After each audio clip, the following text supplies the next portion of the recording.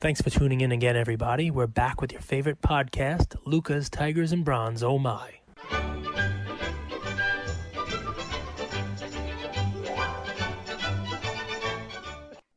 What is up, Luca Nation? Happy Wednesday, the night before Thanksgiving episode. Hey, do you know the night before Thanksgiving is the highest drinking night? Have you heard that before? Yeah, man. Yeah. I mean, it used to be when you were in college, when you were away to school, which, you went away to school. That was like the big night. Everybody would come home, to have Thanksgiving with their family, and their They they go see would their high school they'd friends, go out, their old friends. see their high school friends, or they were home, meet up with their college friends, but home. I mean, one of those kind of things. But yeah, I mean, be careful. A lot of DWIs out there as well. So if you are listening to this, you happen to be in the age group where you're going to be going out and partying tonight, be careful. It's like you said, a lot of drinking, right? So a lot of drinking leads to it's a big party night. A lot of drinking usually leads to a lot of fighting, at least if my history speaks to anything. It's amazing how alcohol leads to punches being thrown. My man. Let's talk. Do you want to talk football first, or do you want to talk plays? That never happened to you. You never got into it. A little drunken melee. I did, man. You know that. I told you. Yeah. Well, you were on the wrong end of them. You were on the wrong end of them. It sounds like. Sure. Nah, man. That was. I guess things happen for a reason. I'll tell you guys quickly. I got sucker punched by my drunk friend and got my jaw broken. That's what Cage is alluding to. Yes. And then for about 6 weeks straight, I listened to Kanye West through the wire to get me through. And it was worth it. Kanye and I have a deeper relationship now than we've ever had. An ironic choice. Not me. I was definitely on the wrong end of some fights as well, because for whatever reason, my fraternity decided that the on-campus rivalry that we would have would be the men's rugby team. So I don't know why. The rugby team? Yeah, if you're gonna have a rivalry, like have a fight, like hey, it's Thursday night, it's 2 a.m. and everyone's drunk, let's fight someone. Why pick the men's rugby team? Like, why can't we fight the badminton team or like the squash team?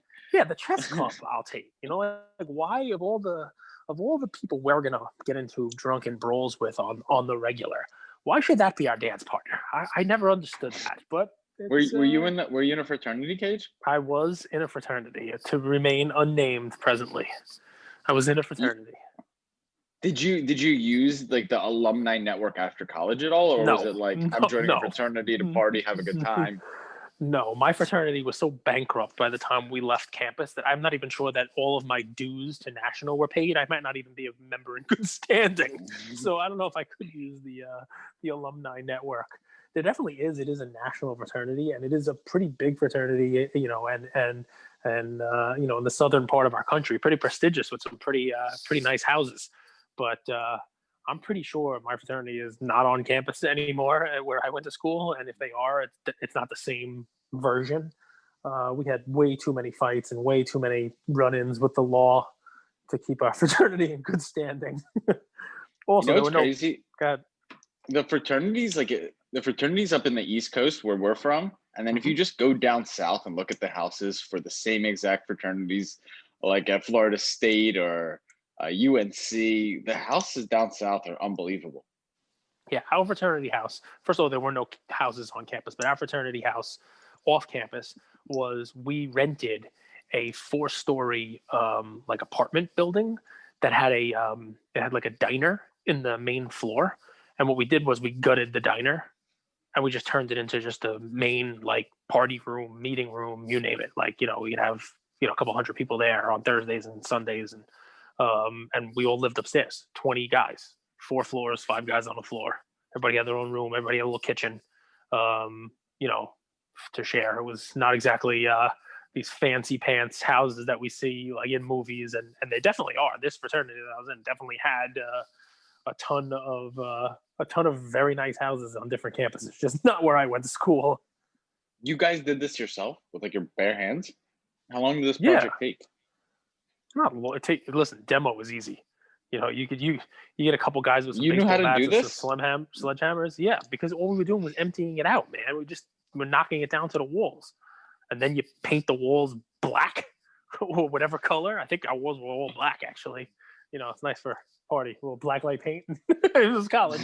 But yeah, I mean, you just paint the walls, and we kept the kitchen area. We emptied that out too, but we kept the kitchen area as kind of like I guess you'd call it like a VIP section, a brother room. Like this way during parties when it got a little nuts, a little crowded, you had a place where only the members of the fraternity could go. And that was it. 2 floors. It had a basement, which was also kind of party room. It had a little area in there. Dude, it doesn't take much. You gut out a couple of fridges, make them kegerators, which is very easy to make. And it's this is a long time ago. This is decades ago for me. Well, there you, Luca Nation. That's a little bit of an insight into Cage's life right there. I was able to fit 5 kegs in a Camaro once. So did you stay in the fraternity all 4 years of college? Yes. Were you I pledged, dropping out of it? I pledged the fraternity my second semester of freshman year. Made it through 8 weeks of pledging, which was no fun. I definitely pledged the fraternity, and had very bad grade point average that year.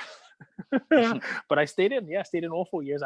This is going to surprise you because everybody knows, of course, how afraid I am to speak in public, but I was the Rush chairman. Eric Stratton, Rush chairman. Damn glad to meet you. I don't know if anybody knows what that's from, but I was the guy who would stand up at Rush events and speak on behalf of the fraternity to get new blood in, get new members. I like it. Well, tell me, what's your play today? What's top of mind? You want to talk football? No, listen, I know we're extremely thankful, Cage. I'm thankful for you. I'm thankful for our Luca Nation audience and the comments and the feedback. What do you want to talk about this? Well, I mean, listen. So here's the deal, right? We're gonna have a fun little episode. We'll talk to you again on Thanksgiving, but we do want to spend a couple minutes at the end, just talking, Thanksgiving football. We get some football tomorrow. We get some football games tomorrow. Some interesting stuff going on. I definitely do want to give a play, but come on now. This was one of those weird days where you and I did get to chat beforehand. And while you didn't tell me what your play was, you did tell me you were excited about it. So far be it for me to step on your toes. What's your play, man? I love this quote. I think Warren Buffett said, I am on a big Warren Buffett hype, if you guys haven't noticed. But he said the stock market is the only place where people panic when products are on a discount. Right. Or sold at a discount. And I was looking at this one card, and I keep seeing it pop up on sales, and it hasn't actually been selling as well as I would think that it would sell for the player and the card and the pop on it. And I did a little digging. I went to Card Ladder, actually, which was great because and I don't know about you. For me, if I don't go to Card Ladder, it's really hard to find historical data, especially like kind of 3, 6, and 1 year out. I don't know where you go, but anyway, I went to Card Ladder, and this card peaked at 1,800 right around July, and then it's been steadily falling to 980, 960, 950 this week. And you would think like just off the top of your mind, like you would think like the player either got hurt, you would think that he's not performing well, you would think that this card maybe fell out of popularity, but I don't think any of those factors are the case. I just think it's at a discount because it's not being talked about. And consider me very interested. When I tell you the card, you're going to be surprised. Patrick Mahomes, Optic PSA 10. What year? The base. His true rookie. Wow. That's his true rookie card too in a lot of collectors and investors' eyes. Because the prism isn't like that's like that weird release when there were the silvers. So people like that optic. And I was really surprised because I mean he's having a historical season, isn't he? Yeah. He's playing super well. And in July, that card was 1,750, 1,800. You could go back. All that data is out there. And just this week, it was selling for 950. And I think that the quote by Warren Buffett, I think I butchered it a little bit there. You can go look it up, but it's all the fundamentals of the company, so to speak, are there. It's just at a discount for whatever reason. And that shouldn't scare you as a buyer. That should actually just notify you that, hey, this is a good opportunity to get in. Now I could get 2 for the price of 1 just a few months ago for a player that I think at this point, people are even saying he's the best quarterback of our generation. Like he's being tabbed at. So it's interesting. I think that card is a really nice buy. I don't know how you feel about optic when it comes to football. We could have that discussion. But I think it's a really good play. I like it. And obviously it's a long-term hold or a longer-term hold. And I mean, you know what I love the most about it? I love the quote, right? I love the, it's the only place where, you can people panic when this thing's on discount, right? I mean, that's on pretty sale, I think. Yeah. On sale, right? I mean, it's weird, but quality assets, right? Quality assets on sale. Let me ask, because this might be the negative side to my play, because my play is in the same sort of of discussion as that Mahomes, I think. Has the pop grown significantly over the last year or two? Is it a card that people, were a bunch of people were waiting to get back from grading, and that's the reason why it has kind of come down a little bit? Or well, first off, the question I would have is, where do you go and see how the pop has grown?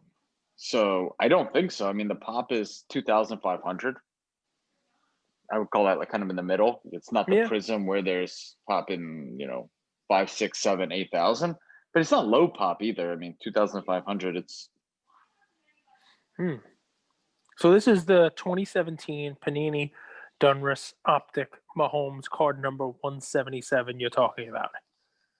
Just the regular base, not a silver, not a color of it, not the rookies version, guys, if you're looking for the card that Andrew's talking about. And he's talking about it in PSA 10. I mean, there's plenty of them on eBay. I like it. It's a cool looking card too. It's a cool looking card. And I'm looking back through Card Ladder auction history.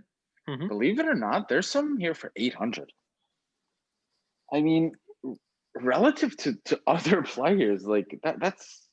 I mean, I see one here that's like 1,000 or best offer. I guess you could try to get it in a best offer. I see a BGS 9.5 for like 850. I see one that's at auction right now with 4 days left. That's up to 800. Looks like it might be a little more than 800 now. I see a bunch of other 760, 780 at auction. I don't really see anybody now at that, but not much more than that. Like I said, just over 1,000 or best offer. So yeah, I mean, that's a cool card. I don't really have much in the way of Mahomes, and remember, I'm a Raider fan. I just look for why, right? A card that has gone up like that and then now has come down. Like, what's the deal? Are people focusing on Prism? Is there a reason why people have kind of, gone away from this particular card? It's interesting. My card, to comp it. I don't know if this is a comp. It's always hard to comp cross sport, but Luka, I compare it to the Luka optic of his rookie year. So that one has a pop of just over 3,000, 3,100. Last sold price 790. So right in that same range. So I mean, maybe it is fairly priced. But I think Mahomes has a Super Bowl. Luka doesn't have a championship. That to me is nice for legacy already. Because say what you want, it's not as easy as you think to win a championship, and it's slightly lower pop on the Mahomes as well. No, he's done it already. I mean, I think Mahomes has cemented. He hasn't done what LeBron's done yet, but he's the closest thing they have to LeBron right now in football. You know what I mean? Like, somebody who's still playing and still could win some more. I know Brady's there and Breeze is there and these guys, but people hold him in that regard in the hobby. And he's won the MVP, so he has the individual award. He's won the Super Bowl, so he has the team award. And people are expecting him to continue to win more. And whether that's this seasons going forward, who knows? But I mean, yeah, people are expecting a lot out of him. And the difference between him and like a Luka is this guy's already won. He's not trading on what might be. He's trading on what has already happened, which is and that's an impressive thing. So and I asked the question this way too in January, right? When basketball hype kind of dies down because that's the first few weeks of season. You know how that works. When Mahomes is playing the Steelers in the AFC Championship game, is this not a $1,500-$1,600 card before that game? Definitely. 100%. Right? 100%. So you can cash out just that way. You could just hold it because he's going to the playoffs. He's going to be playing in meaningful games. Whether you even think he's going to win those games, I kind of think Steelers are a sneaky play. I've told you guys that. But you could sell the hype before the AFC Championship because then the talk starts becoming, if Mahomes wins his second Super Bowl, where do you rank him on that Mount Rushmore of GOATs? ESPN starts having this conversation, and often the conversation stems kind kind of raises that price up. So I like it. So what if I were to tell you that I also have a play, and it's unfortunately it's one we've given before. I got to double down on it, I guess. But the reason for it is this. It's also somebody who's had some success already and won some championships, but he's young and people are buying him not because of what he's already done, but because what's going to happen. And just like your play of Mahomes, that you're buying him not for this week, but you're buying him for a future event where maybe he's playing in another Super Bowl or a playoff game, and which he's going to be playing in, right? And you think, I mean, Mahomes is definitely playing meaningful games. He's definitely in the playoffs. I don't know if he wins another Super Bowl, but it's very, very possible. So my guy also has won some championships, and he's already had some team accomplishments. People expect him to have some individual accomplishments and some more team accomplishments. And the card that I'll be telling you about today is one that I know about because I've sold a bunch of them, riding the ladder up and down. And PSA 9 is fine, PSA 10 is fine, but this is a card that is currently available for less than 25% of what it was at its peak this year. So we talk about your talk of somebody who's on sale. He is one of the young studs in his sport, and has already, even though he's young and has his entire career ahead of him. You got it. It is definitely Mbappe Prism. So here's why I picked this card. Not just because I know what it's selling for, because I've sold at highs and I've sold at lows. I have a great indicator now as to when I want to sell, when I want to be a buyer on a card, right? So, So you like Buffett. My favorite Buffettism is be greedy when others are fearful and fearful when others are greedy. Right. And that is like the greatest thing. Right. So when everybody was counting their cardboard millions on Project 2020, that's the time to sell, because everybody's being greedy. You should be afraid. Right. Right. But when everybody's afraid, when everybody's dumping, that's the time you scoop in, you deploy your cash. So you know what happened today? Today, our good friend Lamine James, who definitely wants me. I just want to make sure everyone out there in the world knows he's a fan. He wants a piece of cage. So in any event, he posted an awesome meme, and you could say that about his stuff every day because his stuff is hilarious. I don't know where the hell he comes up with that shit. I don't either, right? Man. But it's funny shit. I mean, talk about a guy who really just, I mean, like every day you can count on us to show up with a podcast. You can count weekly on the Card Talk guys copying something that we did days earlier, and you can count on Lamine James. You can count on Lamine James. Yes, guys, Burrow got hurt. Yes, Burrow got hurt, and he was a bargain a few days ago. So in any event, you can count on Lamine James being funny, man. I mean, that's just what you can do, right? So today's was different pictures of garbage over time. It was the recycling bin, right? It was like what the Windows computer recycling bin was. And from 1991 to 1995, it looked like this. From 2001 to 2000, it looked like this. And in 2020, his picture of what garbage or the recycling bin looks like is soccer cards. There's, the Ronaldo prisms and the Messi prisms, and Mbappe was right there, right? So if you look at the peak, this card, the base PSA 10 was selling for over $3,000. Over $3,000, right? So let's just call it 3,000. You can buy them now in the sixes, 600 and change. Now, why I asked you about the Mahomes with the population growing is I believe a lot of the reason we've seen the decrease in this card is because people like me had them at PSA and were waiting for them to come back, sitting on their hands saying, come on, watching it go down from 3,000 to 2,500 to 2,000. Come on, PSA, return the cards. Me, I was that lucky dum-dum who PSA literally charged $50 per PSA 10 in upcharges because I got my cards back right after the peak in price. And I'm like, all right, well, I guess I gotta pay them $50 a card now for these PSA 10s and $20 a card for the PSA 9s. Meanwhile, the PSA 9s are now well within their bulk pricing, and the PSA 10s are well within what I shouldn't be charged $50 for. But in any event, sometimes you win, sometimes you lose. That's one time PSA got me. It is what it is. But it does not take away from the fact that this card, I believe, while everybody's laughing at it, while everybody's making it a joke, while everybody is fearful, right? While everybody is now saying, wow, look at this card. This card is, it's falling off a cliff. Now's the time, I think, to jump in. And we talked about this. It's hard to find the bottom, and you're never going to know where that bottom is. We got to be damn close to it now. I mean, this card. I was looking at the chart and I was thinking the exact same thing. And the thing with soccer cards is, I know Meme put up the joke, but like it's not all soccer cards are created equal. Like yep. A 20th year Ronaldo versus this is worth a conversation. It seems that the market thinks this is like Mbappe's true rookie for some reason, or they're treating it as such. But this, like, comparing all soccer cards to maybe the best generational talent or one of the best, the Luka of soccer, I think is a mistake because Mbappe's special. Mbappe's very good. I don't think he should be just bundled into other soccer cards going down, because some will eventually go up, but others will stay where they are. Right. I mean, the comparison between like you said, a 15th year card of Neymar that shouldn't have gone up 10x this year, it's not a valid comparison. Now, guys, listen, it's a play where I don't think you have to run out and buy tomorrow, right? But soccer is going to be back next year, right? This guy's going to be playing. We're going to have the World Cup. We're going to have the Euro. We're going to have all of these things on soccer, right? And I make fun of soccer, right? And maybe this play is in honor of Maradona dying today. Maybe, 60 years old. It's a shame.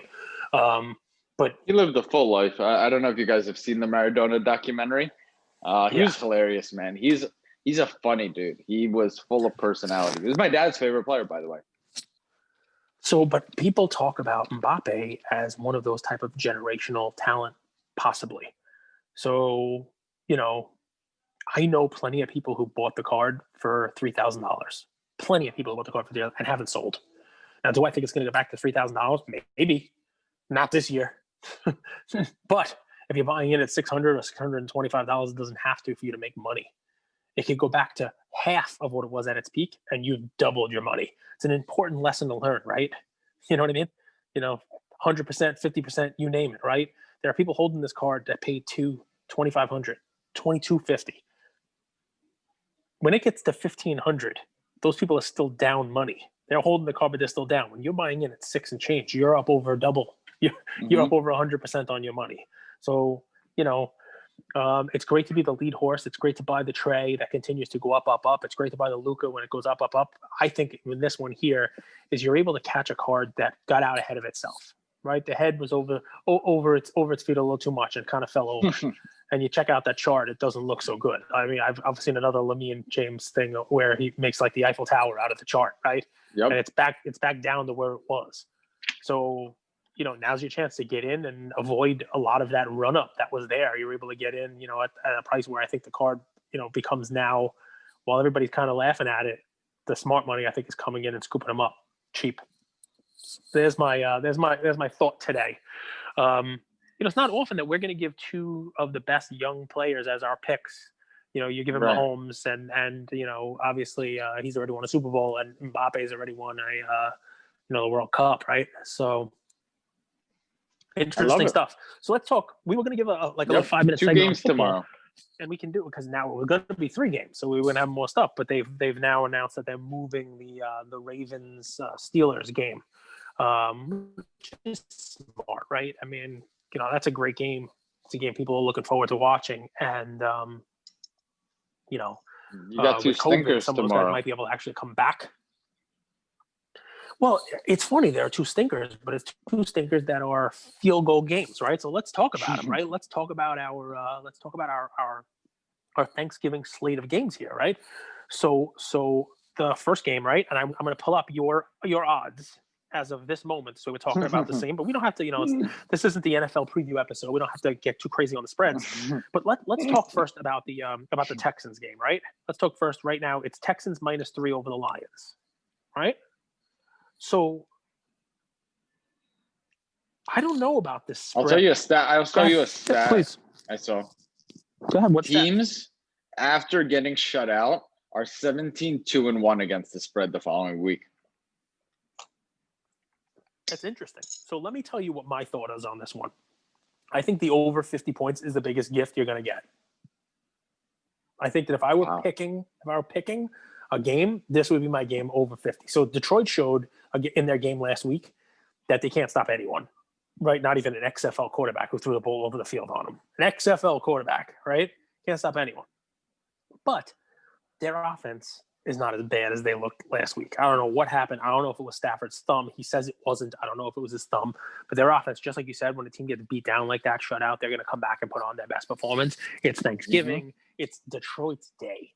Detroit has sucked for a long time, despite the fact that we know Matthew Stafford's a Hall of Fame quarterback. Thank you very much for that little nugget of genius. So we know. But before he goes to the Hall of Fame, the only thing that he gets, because he doesn't get playoff games, he doesn't get meaningful games, he gets Thanksgiving. Detroit gets to play on Thanksgiving. This is their Super Bowl, guys.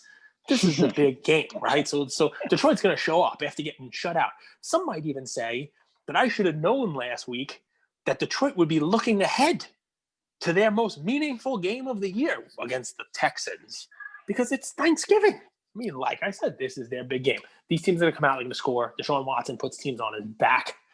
Detroit's going to score. Texans are going to score. You could make an argument for both of these games that the spread is backwards on both. Like Detroit could be favored by 3, right? Detroit could be favored by 3 here. They're coming off their worst game of their year, but the Texans, yeah, okay, they won. But did they have what you'd call a dominant performance last week, the Texans, right? I mean, I think Deshaun puts the entire team on his back. He does. And we said that last week. We said he was going to have a great game. But come on, the Patriots, who are the most Gemini team out there, right? They talk about a tale of two teams. They had a million chances to come back and beat the Texans last week. A million. It just happens that Cam Newton is not built to come from behind. Take that however you want. Do you think Matt Stafford takes it from behind? I think he does. I think. You think he could lead a comeback? I think Matthew Stafford is a Hall of Fame quarterback, and it's amazing that you want to think about him taking you from behind. But we can think about however you like, however you want to do it on this stuff. My thought on this one is, I could have just as easily seen this line come out as the Lions -3. Now, yeah, the Lions are home, and it's not really a home game this year. There's no such thing as home field advantage. But you want to talk about, there have been games this year that have been killed on the weather. It's going to have perfect field conditions. It's going to be a perfect condition game, right? It's going to be awesome. It's going to be in Detroit, right? So they're going to be playing. And I just think the offense is running up here. I think you have potentially both teams getting into the 30s. High 20s at the very least for both teams. If it's 27-24, if it's 30-27, something like that. I think that the 50-point spread is where I would go on this one. I could see the game going either way. And when I can see the game going either way, I like the team with the points, which is why your stat is great. Detroit was shut out, and teams basically are 85% covering the spread coming back in the week after they were shut out. Love it. The next game. The next stinker. Both these teams could still win the division, which is almost crazy. Dallas. I mean, I'm going to find that clip the week after Dak went down, and you're like, 10-6 clearly not happening because we got no Dak. I said that I will go on record and I'll say they're still going to win the division, right? So here's what's funny. I need to go against Dallas for them to win because look what happened last week. I finally said the hell with it. Dallas is really bad. And then they go out and they money line win against Minnesota, who put up probably their worst game of the week. And, look, Andy Dalton, he had the game of his career. They were coming off their bye. It was a perfect scenario. This is the one where, I mean, couldn't Washington also be favored by 3 points? Like, I looked at these two spreads and I was like, all right. You're giving the Cowboys favored by 3 because of some fake home field advantage that doesn't really exist. Right. You know what I mean? Like this year is not that, I know that here's what cuts for me on this. You look at last week, Washington beat the Bengals, but the Bengals were up before Burrow got hurt. When Burrow got hurt, the Bengals were winning in that game. Okay. So take that win last week for what it's worth. Right. Which means they're not as good as all that. And the Cowboys had a game last week. They played pretty well, against the Vikings team that who the hell, what happened to those guys? Also, you got some potential COVID problems. I heard Adam Thielen is on the COVID list to wide receiver for the Vikings. That is what it is. So back to this game here. I mean, it's funny. We talk about football Dak for these aside, folks. who do you think's more talented? Between who? These two teams. I think there's very little talent on it, and if I were going to be betting, it'd be under the 47. I think it might have actually come down to 46. I'd bet under in this game. I mean, I've seen Dallas put up before last week, did they put up 3, 10, 7? They played against Arizona and scored once. And Washington's not exactly world beaters and putting points up on the board either. Here's why I would stay away from the picks on the game, because my heart is saying you have to pick Alex Smith. I mean, the guy's had 18 surgeries in the last 2 years. And here he is playing Thanksgiving football. I mean, you want to talk about the Hallmark Thanksgiving special. I mean, he could basically, come from behind, win tomorrow, walk off the field, never play again, and sell the movie rights. So it's hard for me to bet against him. But if you were asking me, not just the under on this, which is what I'd be betting, but if I were betting the under the 47 points, I got to pick the Cowboys. I got to, because that's my team, man. And if I say they're going to win the NFC East, they have to win this game. They have to go and win this game. So that's a dumb one, because I'm picking with my heart instead of my brain here. But I don't know, man. Maybe Andy Dalton found something. Maybe they'll go with Zeke a little more. They played a little bit more of a complete game. And what has Washington done? I mean, they beat a team last week that was reeling from their franchise quarterback, getting knocked out of the game. Am I really going to make Washington, a good team because of that? I don't think so. There you guys have it. A 5-minute NFL preview that took 12. Well, listen, when it comes to Cage, you're going to get more than you pay for. And since it's free. Lefko called you the human tangent. He did. You know what else he calls me? And I'm not going to go down this route again, because we're going to end up on Cam Newton backdooring Stafford, and then I get in this somehow. I don't even know where I came from. I didn't get the invite. Somehow, but it wasn't a tangent. It was 12 minutes of actual good football stuff. And the saddest part is that, man. Both those games suck. While I am finding 12 minutes of gold to talk about two of the worst games in the NFL this year, what are you doing? You're looking at the clock. Walking around. You're timing me. You're timing me. So sad. Sad. I'm a numbers guy. You know that. Yes, it's very true. You can count. And you can count on me waiting for you in the parking lot. Anybody knows that movie? Anybody who knows the movie that's from? Chime in with what movie that's from, folks, and I will be very impressed and probably have a prize for you. Listen, to cap it all off, guys. From Andrew Happy and myself. Gilmore people. Hey, dude, no prize for you. What are you stealing? What are you stealing the movie line from our audience for? This is two in a row that I've got that you thrown down.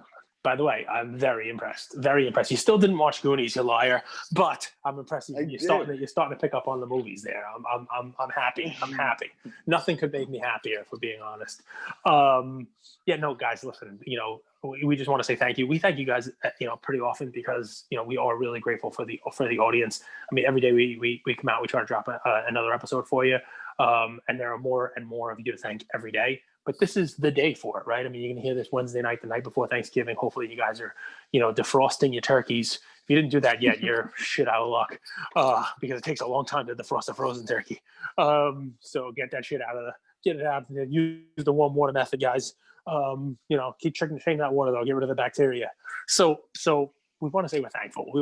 You guys, you've become family to us. We interact with you as often as we can. And if you're one of the listeners out there who's listened to a couple of episodes and hear us say that, but haven't interacted yet, send us a message. Seriously, it's like a test. Send us a DM. We will answer you. You got a question about a card? We'll tell you what we think. I got people asking me whether or not they should buy cards. Andrew has people, saying, hey, I'm about to do this trade. What do you think of my side of it? And we will answer. We're not guaranteeing what we're telling you is right, but we will tell you what we think about it. I have a question for you. Go for it. Why should I make a bacon turkey? Why should I cook my turkey in bacon grease? Dude, if you have never done that, you have to do it, because, there's never a dry turkey when made with bacon. I'll tell you this, man. I wake up Thanksgiving morning on a normal Thanksgiving, and I make breakfast, and breakfast is as much bacon as I can make, usually about 2 pounds. And the bacon grease and the bacon itself are used to basically brine the turkey. you continuously put that bacon grease over the turkey, and at the end of it, you actually lay some of the bacon over the top of the turkey. Let that cook straight through. You are not going to have a dry turkey, my friend. You cut that bacon up, you put it in your stuffing. Yeah, everything's better with bacon. I'll just say that. There you guys have it. So if you need a recipe for your Thanksgiving chicken, I'll do it. Thanksgiving turkey, Thanksgiving stuffing, great. If you got DM Cage. I will give you recipes for 100%. Listen, one of my friends last night told me that he was going to go to White Castle the night before Thanksgiving, and I gave him a recipe. I gave him a recipe to use his extra White Castle burgers in stuffing. So I can make it. That the buns, the meat, I can help you out. Trust me. But no, guys. In all seriousness, and I will give you recipes or help you with cooking if you want. Go ahead and message.